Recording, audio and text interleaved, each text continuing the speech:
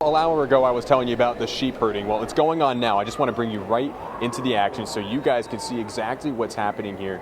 Over in the corner, you're seeing 3 sheep being herded by 1 border collie dog. They're trying to get around that little obstacle, that trash can that's upside down on the pole right there. They're trying to herd these sheep all the way around. What this is, it's an arena trial. So it's timed and it's for points. Each obstacle that they clear, there's numerous obstacles onto the field here. Each obstacle that the dog is able to maneuver the sheep around, and this herding competition, that's a point. It depends on how fast they do it and how many obstacles that they get. And then when they finish up, they have to end up in this little cage that's down in the bottom right of the field over here, if you can see it. But sometimes you're actually seeing what happens here where the sheep actually don't move with the dog. We've been watching this for the last hour, so I've been analyzing all of what's happening here. So sometimes the sheep actually work with the dog, and it all depends on how the dog is trained. We actually spoke with the trainer right before all of this started, and she said that it is incredible training, that you have to be very skilled and that you have to basically retrain the dog from what their